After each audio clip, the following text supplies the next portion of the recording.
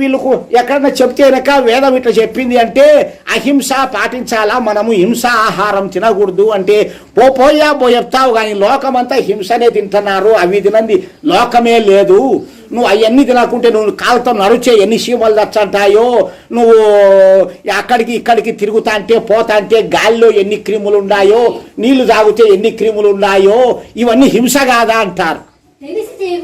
అది ఇప్పుడు అది తెలియదు అనకు పోతున్నాయి, నీవు కోరి చేయవద్దు, దాన్ని నేను ఆడుకుంటాను నా సుఖం కోసము, నా యొక్క రుచి కోసము, నా బంధువుల కోసము అని నువ్వు చేస్తున్నావు.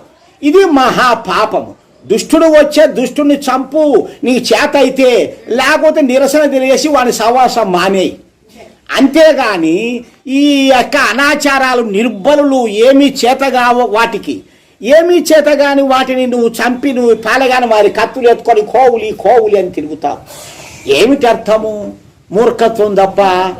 ఈ కోబలి ఆచారం ఎట్లా పుట్టింది అంటే ఆది కాలంలో, అంటే ఈ యొక్క వాహనాలు లేని కాలంలో ఊరి బయట పోతా ఉన్నారు ఎద్దుల బండ్ల మీద, గుర్రాల మీద, కొంతమంది బాటసార్లు పోతా ఉంటే అక్కడక్కడ గుడిసెలు వేసుకొని కొంతమంది భోజనాలు అవన్నీ వచ్చే వాళ్లకు ఎవరికైనా లేదంటే పెడుతూ ఉంటారు.